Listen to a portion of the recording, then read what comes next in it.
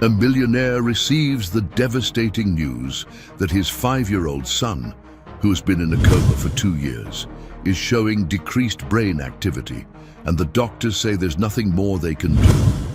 At the height of his despair, a poor little girl timidly enters the room and whispers, "Sir, I know how to wake your son." Initially skeptical, he is stunned when she reveals she knows a special secret. Then she approaches the bed and does something inexplicable. The millionaire cannot bear what he sees before his eyes and faints on the spot. The smell of antiseptic burned Edward Morgan's nostrils as he walked through the marble corridors of St. Jude's Medical Center, the most expensive and renowned hospital in the city. His Italian shoes echoed against the impeccable floor, each step a declaration of power that failed to mask the anguish that had been eating at his chest for 2 long years.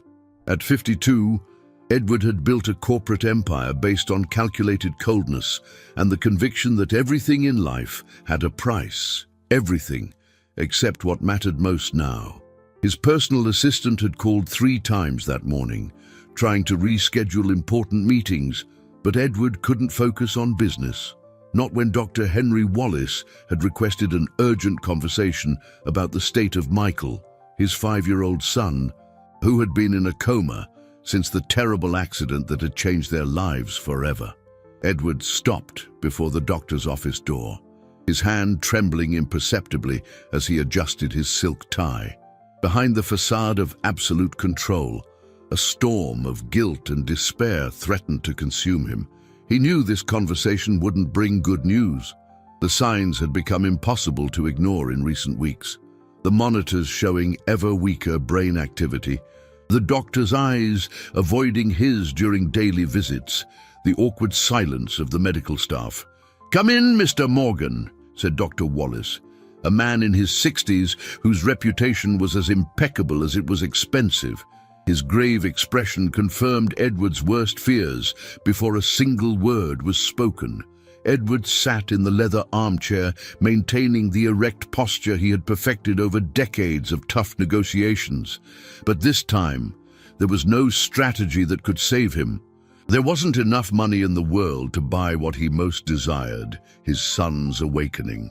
"Doctor, let's get straight to the point," Edward said, his voice holding only a slight tremor. "What is Michael's real situation?" The doctor sighed deeply, removing his glasses and cleaning them with slow, deliberate movements. "Edward, you know I've always been frank with you. Michael's condition has deteriorated. The latest tests show a significant decrease in brain activity."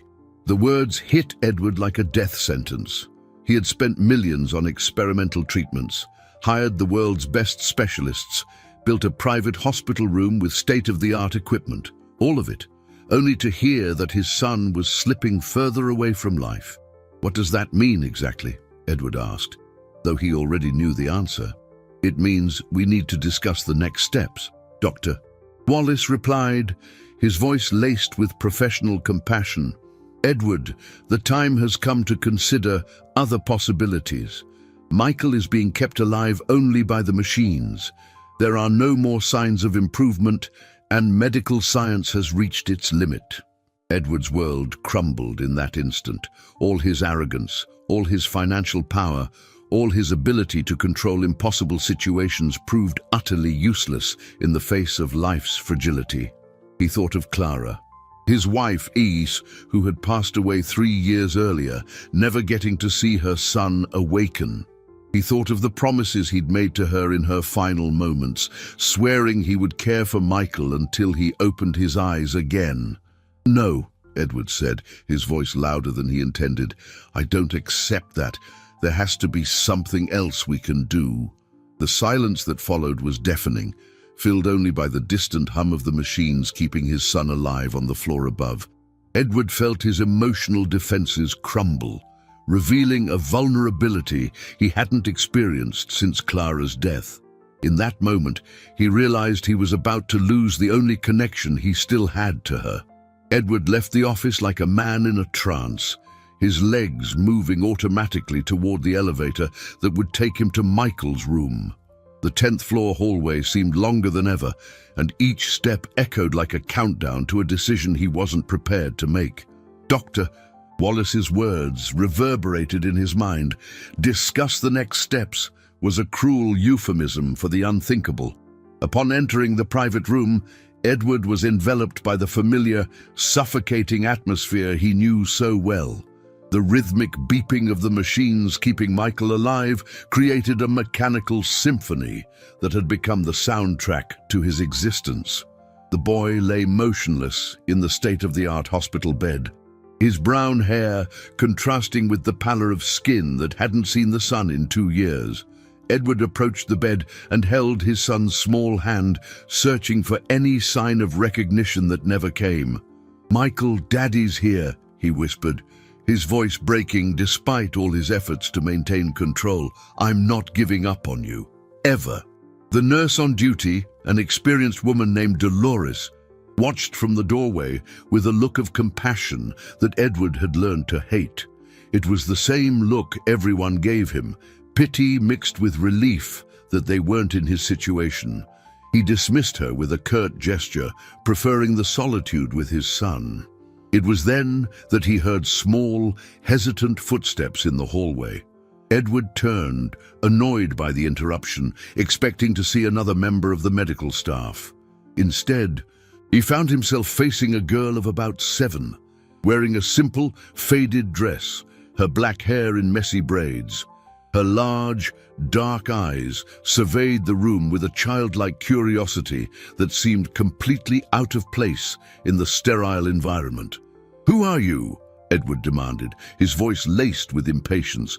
"Children aren't allowed here. Where are your parents?" The girl showed no intimidation at his authoritarian tone.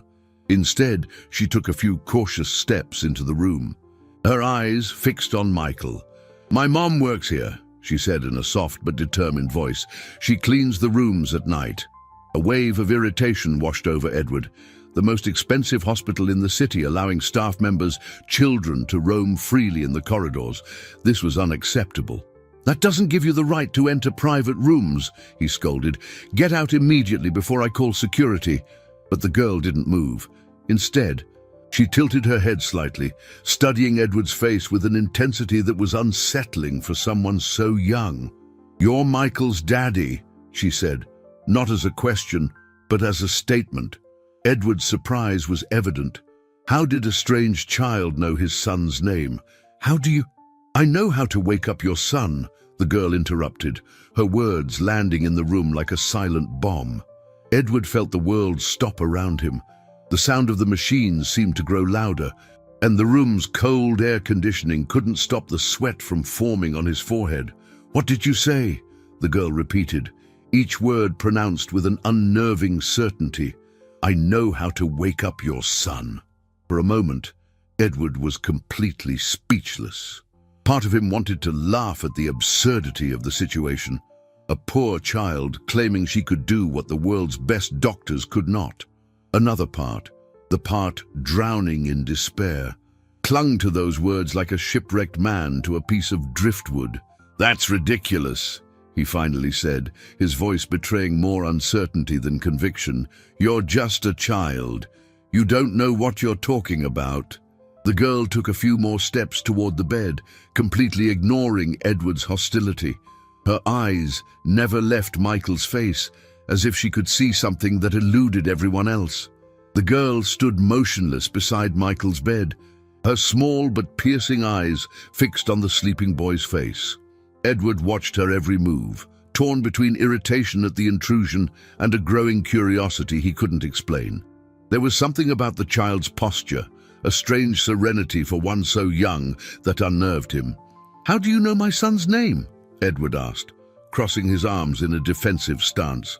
"And what did you mean by, 'wake him up'?" The girl turned slowly to face him, and Edward was struck by the maturity he saw in those dark eyes. "I knew Clara," she said simply, as if commenting on the weather. The name hit Edward like a punch to the gut. No one in the hospital dared mention Clara in his presence. The medical staff had received clear instructions not to touch on the subject of his deceased wife, and Edward had made sure everyone knew it was forbidden territory.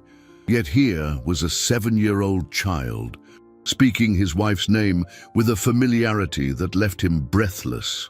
"You didn't know my wife," Edward said, his voice coming out harsher than he intended. "That's impossible. Clara never... She didn't mix with..." He stopped abruptly, realizing he was about to voice a prejudice that even in his emotionally fragile state, he recognized as inappropriate. The girl, however, seemed to perfectly understand what he hadn't said. "With people like me," she completed, showing no hurt or anger. "Clara didn't think like that. She taught me a special song." Edward felt his legs weaken. Clara had been an upper-class woman, educated in the best schools, accustomed to the most refined social circles. The idea of her associating with a working-class child seemed utterly absurd.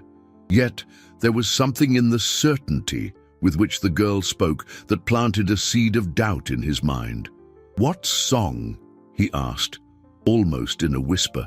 The girl smiled for the first time since entering the room, a smile that lit up her face and somehow made the oppressive environment feel lighter. The song she used to sing for Michael when he was still in her tummy. The secret song that only the two of them knew. Edward's world began to spin. That information was impossible. The melody Clara hummed during her pregnancy was an intimate thing between them, something she had instinctively created during sleepless nights, stroking her belly and whispering words of love to the baby who had not yet been born. They had never shared that song with anyone. "You're lying," Edward said, but his voice spoke of desperation, not conviction. "That's impossible. Clara would never..." She sang it like this. The girl interrupted and began to hum a soft, sweet melody. Edward felt the floor disappear from under him. Every note, every inflection, every pause in the tune was exactly as Clara used to sing it. It was as if his wife were there in the room again, filling the space with her angelic voice. Edward leaned against the wall, his breathing becoming ragged as long-buried memories rushed to the surface. The girl stopped humming and looked directly at Edward. "Clara told me this song had special powers, that it could wake up people who were sleeping very deeply." "Stop," Edward said, his voice a desperate whisper. "Stop it." But the girl continued. "She said if Michael ever needed to wake up, I should sing this song to him. She made me promise." Edward slid down the wall until he was sitting on the floor, his composure finally shattering completely. This child knew secrets that were impossible to know, sang a song only Clara knew, spoke of promises that seemed to come from beyond the grave. He looked at Michael, then at the girl, trying to process a reality that defied everything he believed in. Edward remained on the floor for several minutes, his mind struggling to process what he had just heard.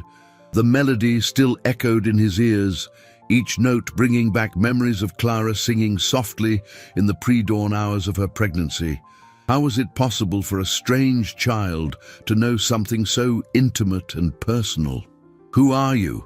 he finally asked, his voice hoarse with emotion. What's your name?" "Hope," the girl replied, and Edward almost laughed at the irony. A child named Hope appearing at the most desperate moment of his life. "Hope Santos. My mom is Maria. She cleans this floor every night." Edward vaguely knew the night cleaner, a quiet woman who worked discreetly while he held his lonely vigils beside his son. He had never paid her any attention, just as he paid no attention to most of the staff he considered invisible. Now, to discover that this woman had a daughter who claimed to know Clara left him completely disoriented. "Where did you meet my wife?" Edward asked, slowly getting to his feet and brushing imaginary dust from his suit. "At the community center in Hope's Crossing," the girl replied, oblivious to the irony of her name matching the neighborhoods.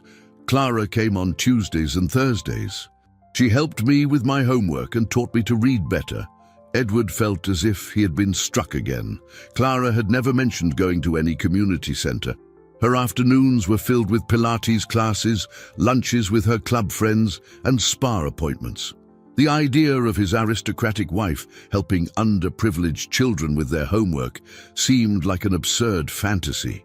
"That's a lie," he said, but his conviction was rapidly fading. "Clara never told me anything about that," Hope shrugged with childlike simplicity. "She said it was her special secret, that some secrets are kept not to hurt people, but to protect the ones you love."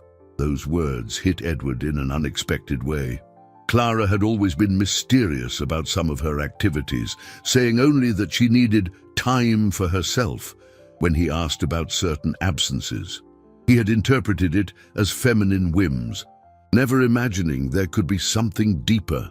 "Can I try to wake Michael now?" Hope asked, approaching the bed with a naturalness that contrasted with the tension gripping Edward. "No," he said quickly, his protective instinct overriding everything else. "You can't touch him, the doctors said." "I won't hurt him," Hope interrupted, her voice carrying a patience that seemed far too old for her years. "Clara taught me how. She said love can travel through music." Edward looked at his son, then at the girl, feeling trapped between rational skepticism and a desperate hope growing inside him. For 2 years, he had tried everything money could buy.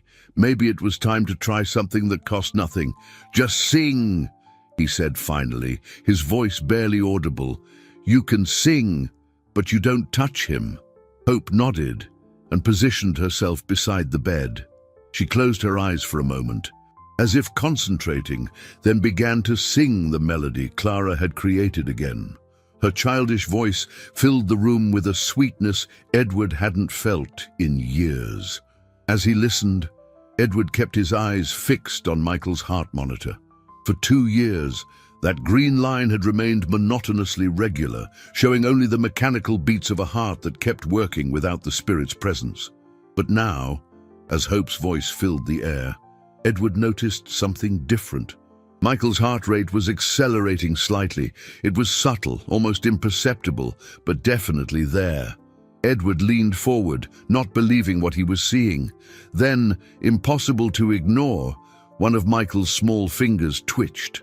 Edward blinked several times, convinced he was hallucinating. Michael's little finger had moved, he was sure of it.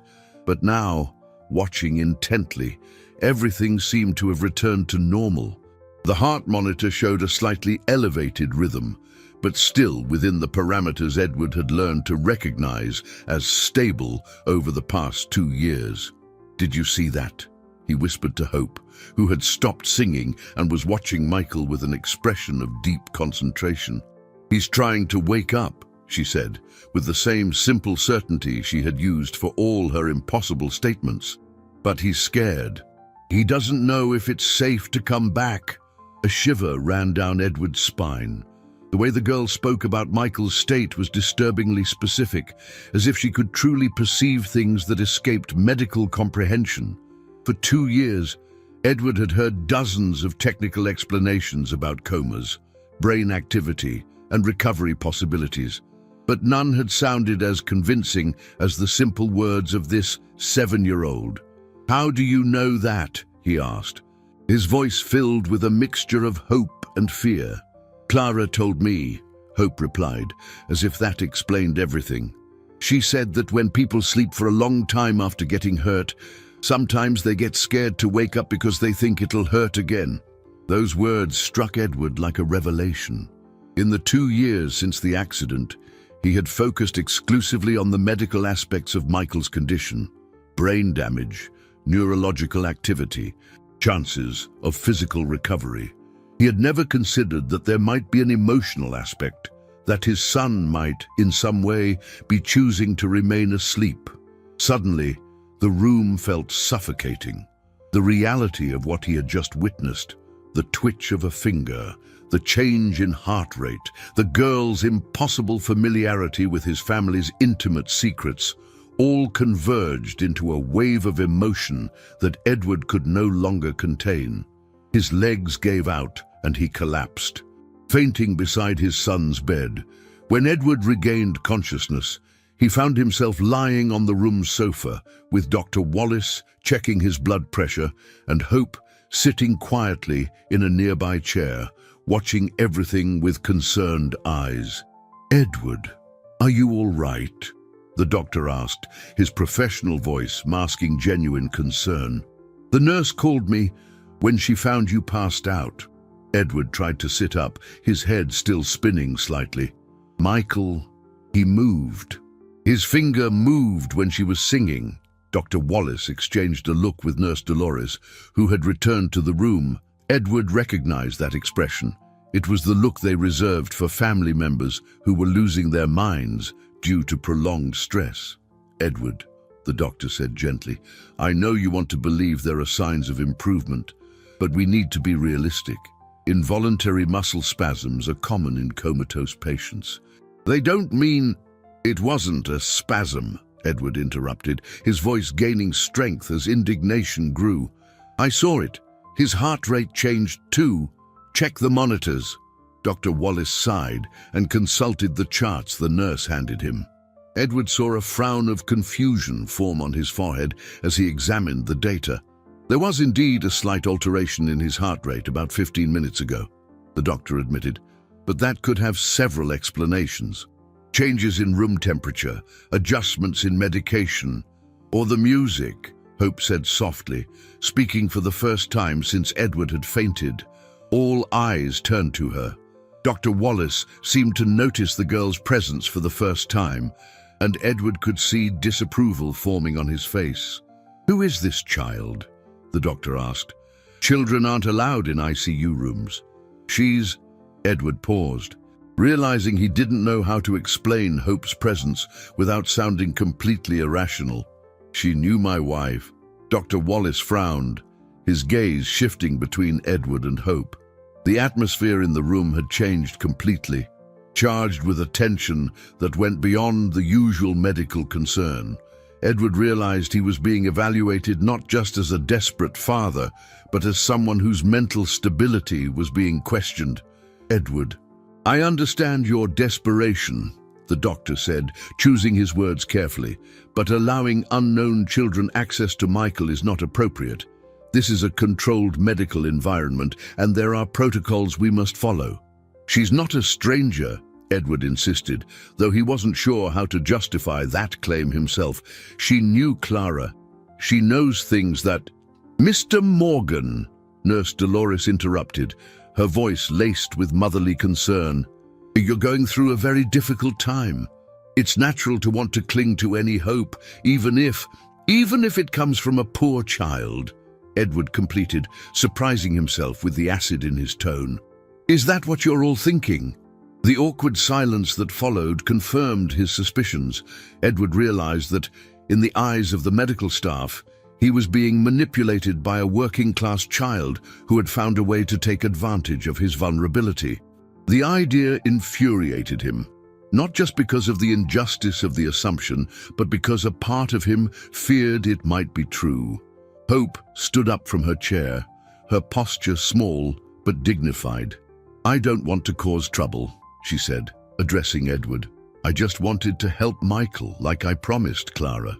"No," Edward said quickly, surprising everyone, including himself. "You're not leaving, not yet." Dr. Wallace sighed deeply. "Edward, I have to be clear. If you insist on allowing unauthorized visitors access to Michael, I'll be forced to take more stringent measures.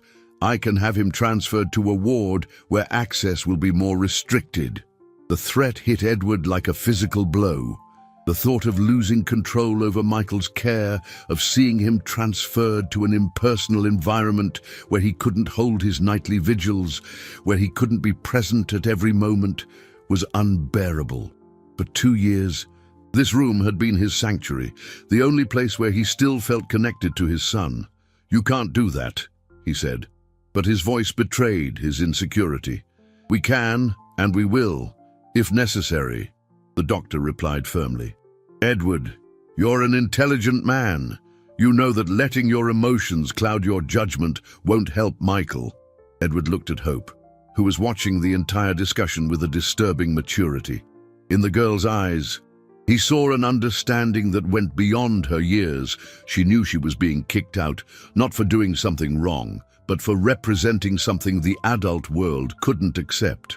"All right," Edward said finally, each word costing him a piece of his soul.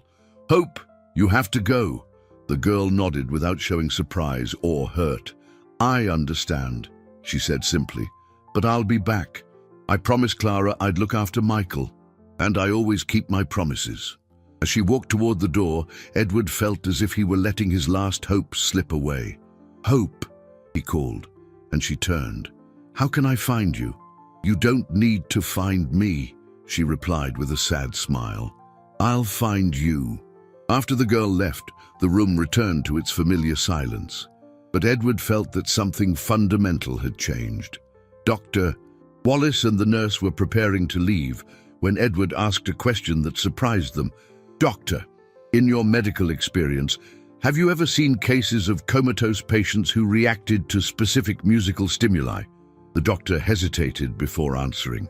"There's some research on the influence of music on comatose patients, but the results are inconclusive." "Why do you ask?" Edward looked at Michael, still hoping to see another impossible movement.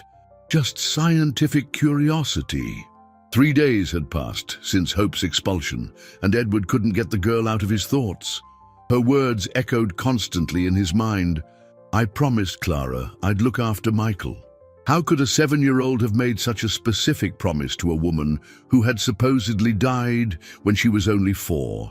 Determined to find answers, Edward made a decision that would have been unthinkable a week earlier. For the first time in 2 years, he left the hospital during the day and drove to Hope's Crossing, the neighborhood the girl had mentioned. The contrast with his privileged life was shocking. Unpaved roads, simple houses, children playing barefoot in the dust. The community center was a modest but well-kept building with colorful walls and children's drawings decorating the facade. Edward hesitated before entering, feeling completely out of place in his $3,000 Italian suit. The center's coordinator, a middle-aged woman named Gloria, greeted him with poorly disguised surprise. When Edward mentioned Clara's name, her expression changed completely. "Clara Morgan?" Gloria asked, her eyes filling with tears. "Oh, how we miss her. She was one of our most dedicated volunteers." Edward's world stopped. "Volunteer?" "Yes. She came here twice a week for almost 3 years. She helped the kids with homework, organized activities, brought in so many donations." Gloria paused, noticing the look of shock on Edward's face. "You didn't know?" Edward sat down heavily in a plastic chair, his mind struggling to process the information. Clara, his aristocratic wife, had spent 3 years volunteering at a community center in a poor neighborhood, and he had never known a thing. "She asked us not to mention it to anyone," Gloria continued gently. "She said she wanted to keep it as her own special thing. But she always spoke of her husband and son with so much love." "And hope?" Edward asked, his voice hoarse. Gloria's face lit up. "Oh, little Hope was Clara's special project. The girl had been through some very tough times, and Clara took her under her wing like she was family. She always said Hope had a special gift for comforting sad people." Edward spent the next 2 hours listening to stories about a Clara he had never known. A woman who organized fundraising drives, who knew every child's name, who sang to soothe the little ones when they got hurt playing. It was like discovering he had been married to a stranger. When he finally left the community center, Edward drove straight to his company's office, Morgan Enterprises. He needed answers about another matter that plagued him: the exact circumstances of the accident that had put Michael in a coma. His executive assistant, Marcus, was surprised to see him. Edward had rarely appeared at the office since the accident, delegating most decisions to his trusted team. "Marcus, I need to see all the reports on the Park Avenue construction accident. Everything. Leave nothing out." 2 hours later, Edward was surrounded by stacks of documents, technical assessments, and safety reports. As he read, a horrifying truth began to form. The accident that had injured Michael wasn't a tragic fluke.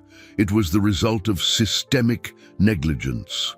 The construction company had cut costs by using substandard materials for the scaffolding. Safety inspections had been falsified. The responsible engineers had warned of the risks, but their reports were ignored in favor of tighter deadlines and higher profit margins. Edward found his own signature on documents approving the cost-cutting measures. His obsession with profit, his relentless pressure for faster, cheaper results, had created the conditions that endangered his own son. But the most devastating discovery came at the end. A report dated 1 week before the accident, signed by Clara. She had uncovered the negligence and was gathering evidence to expose the truth. Her visits to the community center weren't just charity. Many of the families affected by his company's negligence sought help there.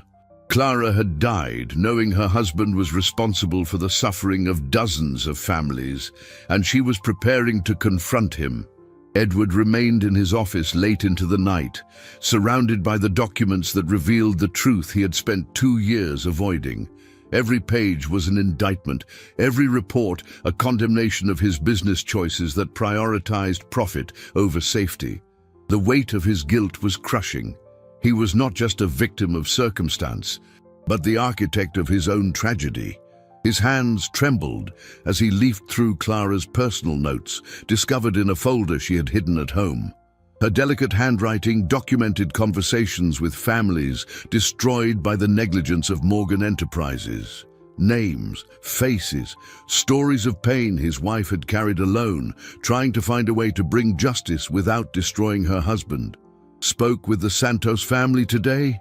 One entry read, "Dear little Hope lost her father when the scaffolding collapsed at the Elm Street project. She's only 4, but her eyes carry an ancient sadness.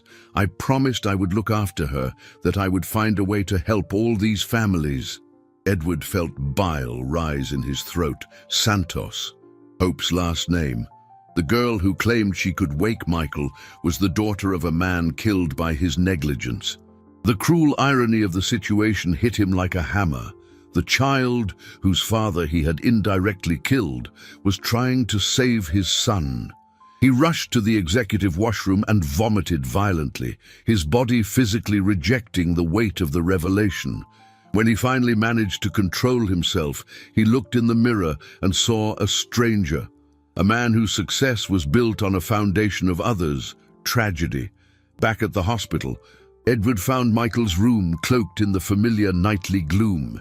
He approached the bed and held his son's hand, feeling the weight of all his discoveries. "Michael," he whispered, "Daddy did terrible things, things that hurt a lot of people, including you." His voice broke. "I didn't know, or maybe I didn't want to know. My greed, my hurry, it all caused so much pain." For 2 years, Edward had seen himself as a victim of cruel fate. Now he understood he was both victim and perpetrator, caught in a cycle of consequences he himself had created. Clara had discovered this and tried to fix it, but she died before she could confront him with the truth. "Your mother was a better person than I will ever be," Edward continued, tears streaming freely down his face. "She tried to protect you from the truth about me. She tried to save the families I destroyed." The sound of soft footsteps in the hallway alerted him to a presence. Edward turned, expecting a nurse, but found Hope standing in the doorway. The girl wore the same simple dress from days before, and her large eyes reflected an understanding far beyond her years. "How did you get in?" Edward asked, quickly wiping his tears. "My mom's working," Hope answered simply. "I hear you talking to Michael every night. You talk loud when you're sad." Edward realized he'd been spending the last few nights venting aloud without realizing, his pain leaking out in confessions he thought were private. The idea that Hope had overheard his admissions of guilt left him simultaneously ashamed and relieved. "You know who I am," Edward said, not a question, but a statement. "You know what I did to your family?" Hope nodded slowly. "I know you didn't mean to hurt my daddy." Clara explained that sometimes people do bad things without meaning to, because they're only thinking about one thing and forget to think about the others. The simplicity of the explanation, coming from a child who had lost her father to his negligence, was more devastating than any accusation. Edward fell to his knees before her, sobbing uncontrollably. "Forgive me," he begged. "Please, forgive me." Hope came closer and placed her small hand on Edward's shoulder. Clara said, "Forgiveness is a gift you give yourself, not the other person." The next morning, Edward was surprised by the unexpected arrival of his brother Robert and his sister-in-law Helen, accompanied by the family lawyer, Mr. Silverman. The trio entered Michael's room with grave expressions that immediately put Edward on alert. "We need to talk," Robert said without preamble, his voice laced with corporate authority. At 45, Robert had always considered himself the more sensible of the Morgan brothers, and his posture made it clear he was here to solve a problem. "Now is not the time," Edward replied, instinctively positioning himself between the visitors and Michael's bed. "I'm taking care of my son." Helen, an elegant woman accustomed to having her opinions respected in the most refined social circles, exchanged a significant look with her husband. "Edward, we're worried about you. About your recent decisions." "What decisions?" Edward asked, though he suspected where the conversation was heading. Mr. Silverman opened a leather briefcase and removed several documents. "Edward, it has come to our attention that there have been certain irregularities in your behavior. Hospital staff have reported that you've been allowing unauthorized access to Michael, including a child with no family ties. Furthermore," Robert added, "your absence from the company has been causing instability. Major decisions are being delayed, contracts are being lost. The shareholders are questioning your leadership." Edward felt the trap closing in around him. For 2 years, he had delegated most of the business operations to focus on Michael, but now he realized that absence was being used against him. "You don't understand what's happening," Edward said, struggling to remain calm. "There are developments with Michael that you don't know about. Are you referring to the claims about a child who can supposedly cure Michael with music?" Helen asked, her tone dripping with condescension. "Edward, that's not medicine. That's desperation clouding your judgment," Mr. Silverman intervened in a professional tone. "Edward, as your legal counsel, I must inform you that your family is considering challenging your mental capacity to make decisions regarding Michael's treatment." Edward's blood ran cold. "You can't do that." "We can, and we will, if necessary," Robert said firmly. "You're letting yourself be influenced by an opportunistic child and her family. It's obvious they see a chance to take advantage of your vulnerability." "The girl isn't taking advantage of anything," Edward exploded. "She knew Clara. She knows things about our family that are impossible for her to know." The ensuing silence was filled only by the sound of the machines keeping Michael alive. Edward realized how his words had sounded, exactly like the delusions of a man losing his sanity. Helen approached him with a look of false compassion. "Edward, darling, we understand you want to believe there's hope. We all do. But letting charlatans exploit your grief won't help Michael." "Charlatans?" Edward repeated, feeling his anger swell. "You don't even know the girl." "We know enough," Robert said. "We know she's the night cleaner's daughter, that her family has a history of financial instability, and that she conveniently appeared at the moment you're most vulnerable." Mr. Silverman placed the documents on the table. "Edward, we've prepared a petition to temporarily transfer medical decisions about Michael to Robert. It's for the good of everyone, including Michael." Edward looked at the papers, then at the determined faces of his family. They had come prepared for a legal battle, armed with rational arguments and medical backing. Against that, he had only the word of a 7-year-old child and experiences he couldn't scientifically explain. "You're taking my son from me," Edward said, his voice cracking. "We're protecting Michael from emotional decisions that could harm his recovery," Robert corrected. "Edward, you need help.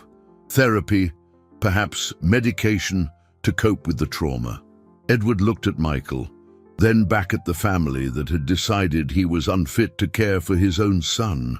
For the first time in days, he felt something other than guilt and despair. He felt a burning fury that energized him. "Get out," he said, his voice low but charged with authority. "Get out of my son's room." "Edward," Helen tried, "be reasonable." "Get out," Edward yelled, startling everyone with the force of his outburst. As they retreated, Robert paused at the door. "You have 48 hours to consider our proposal. After that, we're going to court." 2 hours after his family left, Edward received a call that completed his ruin. The voice of the hospital administrator, Dr. Marcia Edwards, was formal and implacable. "Mr. Morgan, I need to inform you that the employee Maria Santos was terminated this morning. There were several complaints about disturbances caused by her daughter on the ICU floor." Edward felt the floor disappear from under him. "Terminated? Why? She's an excellent employee."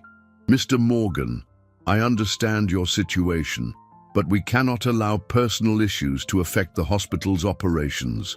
The safety and well-being of all our patients must be our priority." "My family did this," Edward said, more to himself than to the administrator. "They pressured you." "I cannot comment on external pressures," Dr. Edwards replied diplomatically. "But I can confirm we received several complaints from other patients and families about disruptions caused by the unauthorized presence of a child." After hanging up, Edward rushed through the hospital corridors looking for Maria. He found her in the staff locker room, gathering her personal belongings into a plastic bag. She was a woman in her 40s, graying hair pulled back in a simple bun, tired eyes reflecting years of hard work. "Maria," Edward called, out of breath, "I am so sorry. This is my fault." She looked up, and Edward saw a quiet dignity that made him even more ashamed. "It's not your fault, sir," she said softly. "Hope has always been stubborn. When she decides to help someone, there's no stopping her." "I'll fix this," Edward promised. "I'll talk to the administration. Make sure you're rehired." Maria shook her head sadly. "You know that's not going to happen, Mr. Morgan. People like us are easily replaced. But you have the power to make a real difference."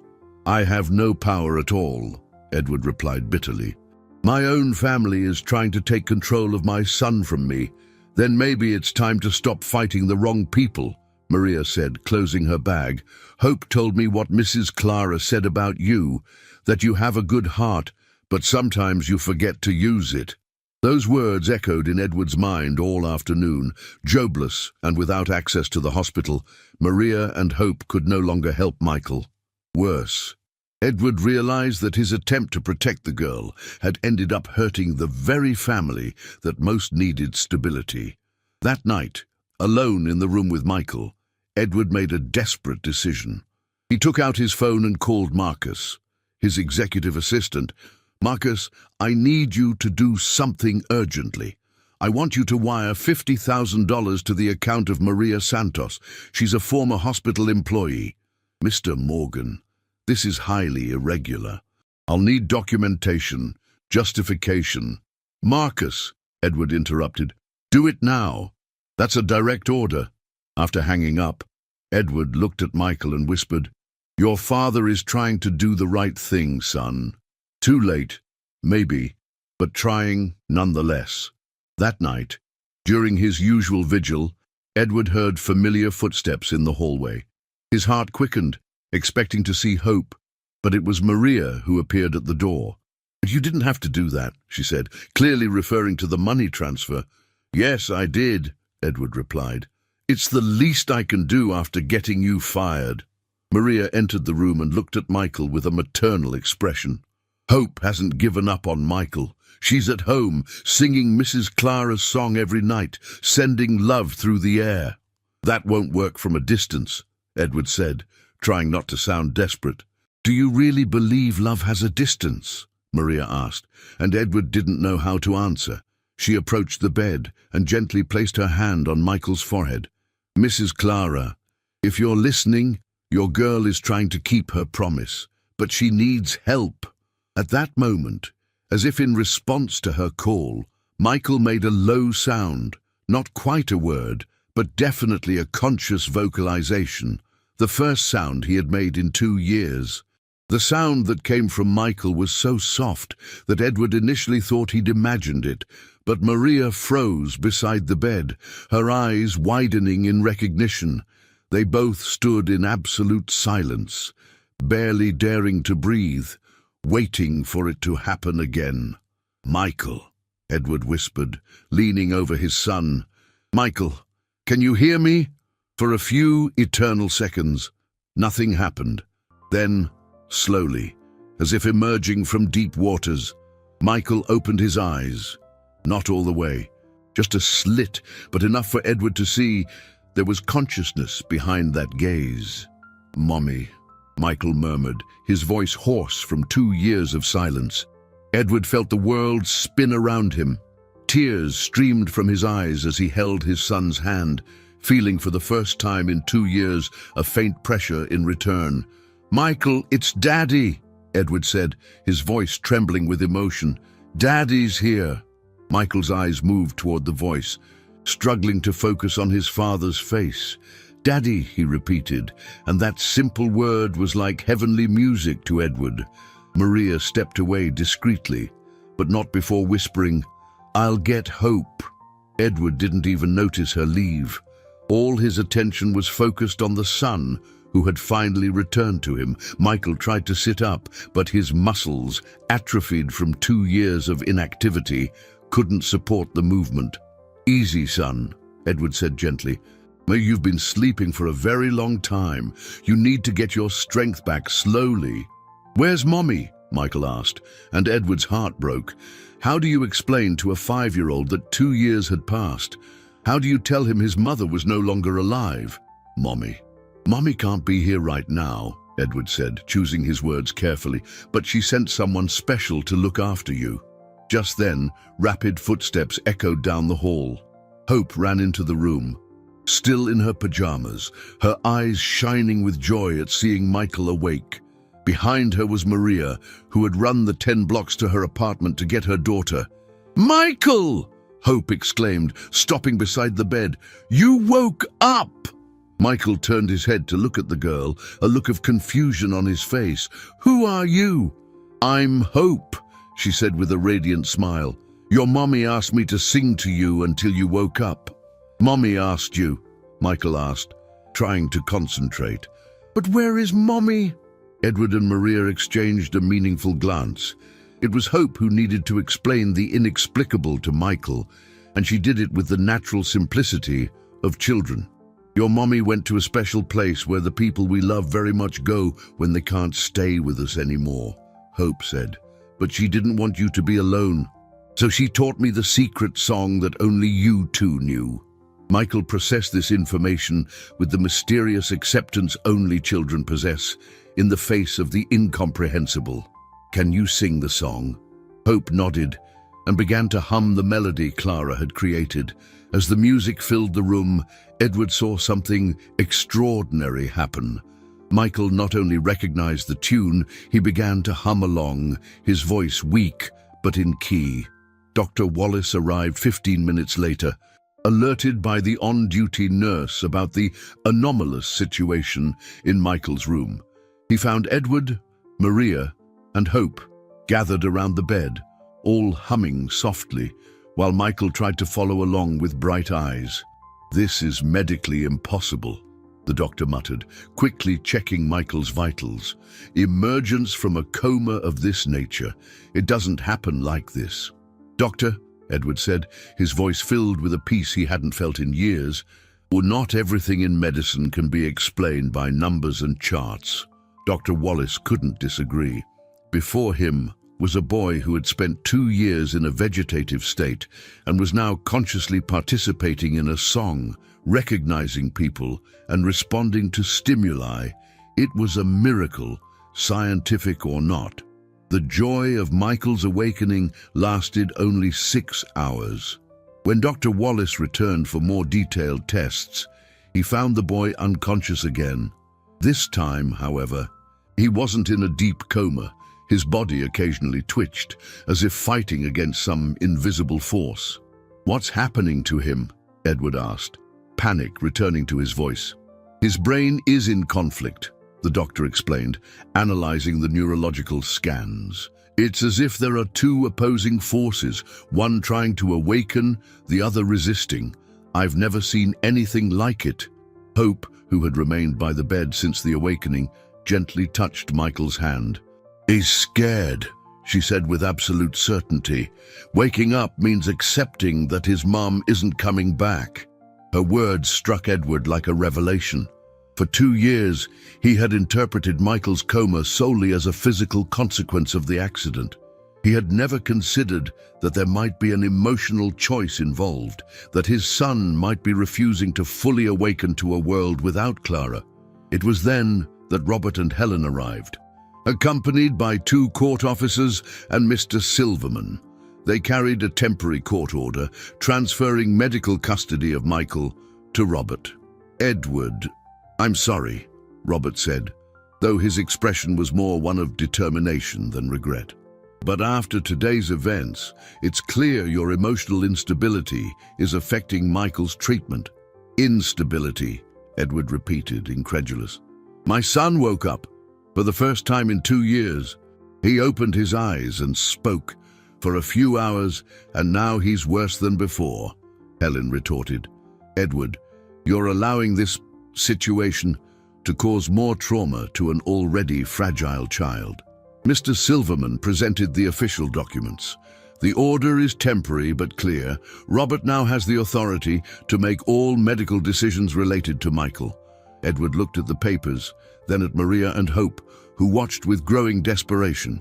He realized it wasn't just custody of Michael being taken from him, it was his last chance at redemption. What will be your first medical decision? Edward asked Robert, though he already knew the answer. Transferring Michael to a specialized clinic in Boston, Robert replied immediately, away from disruptive influences.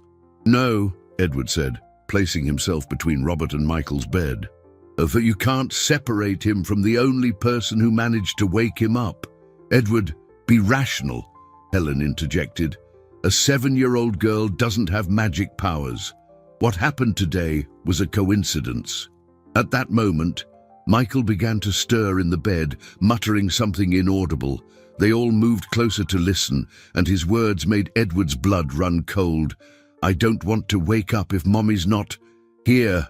Dr. Wallace checked the monitors, his expression turning grave. The brain activity is dropping rapidly. It's as if he's choosing to return to the coma. That's ridiculous, Robert said. Children don't choose to be in comas. But Hope approached the bed and took Michael's hand. Michael, she said softly, your mommy can't come back, but she told me a secret. Do you want to know what it is? Michael stopped squirming, though his eyes remained closed. But she said that love doesn't die when people go away, Hope continued. Love stays inside the hearts of the people who are left behind. And your daddy has so much love for you that you can feel your mommy's love through him, too. Edward felt tears stream down his face as he understood what Hope was doing. She wasn't just trying to wake Michael, she was teaching him how to live with loss. It's true, Michael, Edward said, his voice breaking. Mommy's love is here. In my heart and in yours, and we're going to take care of each other, just like she wanted. Michael opened his eyes again, this time looking directly at his father. Will Daddy stay with me? Forever, Edward promised. It was then that Robert delivered the ultimatum. Edward, you have 1 hour to say your goodbyes. After that, Michael is being transferred. During that crucial hour, Edward made the most important decision of his life. While Robert and Helen waited outside, he called Marcus and gave instructions that would shock everyone. Marcus, call an emergency meeting of the board of directors for this afternoon. I'm resigning as CEO of Morgan Enterprises. Mr. Morgan, you can't be serious, Marcus replied, alarmed. I'm completely serious. Also, I want you to prepare the documents to establish a compensation fund for all the families affected by accidents on our construction sites over the last 5 years. The entire amount will be drawn from my personal shares. Edward hung up before Marcus could protest and turned back to Michael, who was watching everything with eyes more alert than before. Hope remained by the bed, holding the boy's hand, while Maria watched from the door with a look of motherly concern. "And Michael," Edward said, kneeling beside the bed, "Daddy needs to tell you the truth about some things that caused people to get hurt, including you." Michael tilted his head, listening with the seriousness only children can muster for important matters. "Daddy made mistakes at work, mistakes that hurt a lot of families, including Hope's family. Her daddy died because of my mistakes." Michael looked at Hope with new understanding. "Is that why you came to help me? Even though your daddy died because of my daddy?" Hope nodded. "Clara taught me that when someone hurts you by accident, the best revenge is to help. That's how you turn the hurt into love." Edward felt his chest tighten at the girl's simple wisdom. "Michael, Daddy is going to fix everything that can be fixed. He's going to help all the families that were hurt, and he's going to take care of Hope and Maria, because they're family now." "Are they going to live with us?" Michael asked, and Edward saw genuine hope in his eyes.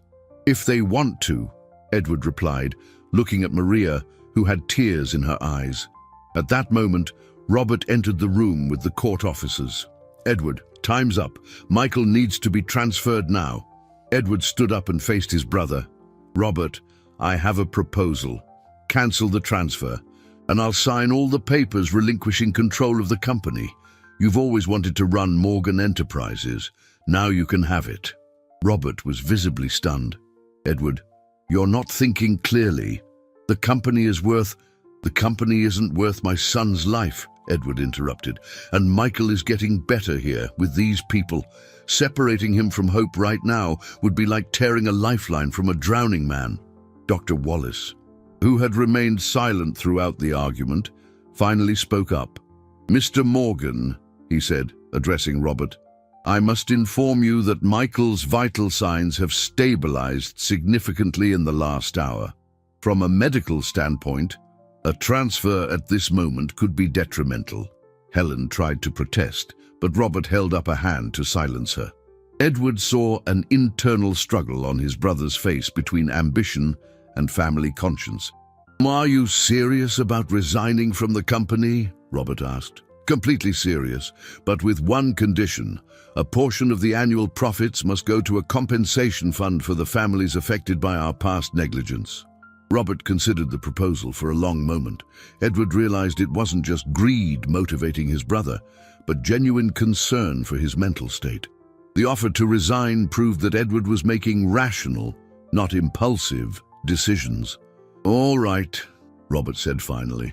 "Michael stays, but you agree to regular medical and psychological supervision." Edward nodded, feeling an immense weight lift from his shoulders. He looked at Michael, who was smiling for the first time in 2 years. "Daddy," Michael said, "can I call Hope my sister now?" "If she wants you to," Edward replied, and Hope nodded vigorously, her smile lighting up the entire room. In that moment, Edward understood that he had lost a fortune, but gained something infinitely more valuable, a real family, built on love and redemption instead of power and money. 6 months after that transformative day in the hospital, Edward Morgan walked through the colorful rooms of the Hope's Crossing Community Center, now completely renovated and expanded. The building that once housed only 2 small rooms had become an educational complex with a library, a computer lab, a community kitchen, and a small amphitheater where children put on plays. Michael ran through the hallways alongside Hope, his physical recovery nearly complete after months of intensive physical therapy. The 2 children had developed a bond that went far beyond friendship. They were true siblings, united by an experience no adult could fully explain, but which everyone had learned to accept as a miracle of human connection. "Daddy, can I show the new kids how to play Mommy's song?" Michael asked, holding a small guitar adapted for his still recovering hands. "Of course, son," Edward replied, watching with emotion how Michael had found a way to honor Clara's memory through music without being trapped by the pain of her loss. Maria approached, carrying a tray of snacks for the children. In the past few months, she had become much more than a center employee. She was its administrative director and the maternal heart of the entire operation. Edward had discovered she possessed a natural gift for organizing people and resources, turning ideas into practical reality. "The families in the neighborhood are so grateful," she said, watching the children play in the inner courtyard. "A lot of mothers have been able to go back to work knowing their kids are safe here." Edward nodded, feeling a satisfaction he had never experienced during his years as a successful businessman. The compensation fund he had established had provided not only financial settlements, but also real opportunities for rebuilding for dozens of families affected by his former company's negligence. Robert had adapted surprisingly well to leading Morgan Enterprises, implementing new safety standards that became a benchmark in the industry. Ironically, the company was more prosperous than ever, its reputation restored by the transparency and social responsibility Robert had embraced after witnessing his brother's transformation. "Mr. Morgan," a familiar voice called. It was Gloria, the center's original coordinator, now the pedagogical director of the expanded project. "The performance is about to start." Edward made his way to the amphitheater, where about 50 children were preparing to present a play they had created themselves about friendship and forgiveness. Michael and Hope stood at the center of the small stage, he with his guitar and she holding a microphone. "This song," Hope announced to the audience of parents, volunteers, and children, "was taught to us by a very special woman who believed that love can travel through music." Michael began to play the simple chords of the melody Clara had created during her pregnancy.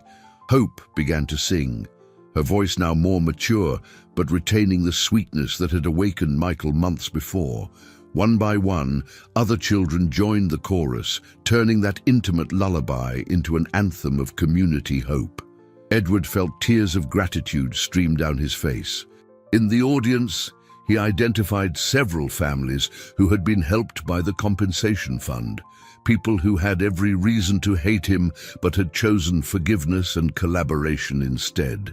After the performance, while helping to organize the chairs, Edward was approached by a man he recognized as Joseph Santos, the widower of one of the victims of his company's accidents. "Mr. Morgan," Joseph said, extending his hand, "I wanted to thank you, not just for the money, but for giving my family the chance to turn our pain into something positive." Edward shook the offered hand, feeling the symbolic weight of the gesture. "Joseph, I'm the one who should be thanking you. You all taught me that true wealth isn't in what we accumulate, but in what we share." As the sun set over Hope's Crossing, Edward watched Michael and Hope playing in the courtyard with other children, their laughter echoing off the center's colorful walls. Clara would be proud, he thought. His wife had planted seeds of kindness that had blossomed far beyond what she could have ever imagined. The arrogant millionaire had died in that hospital 6 months ago. In his place, a man was born who understood that sometimes you have to lose everything you think defines you to discover who you truly are.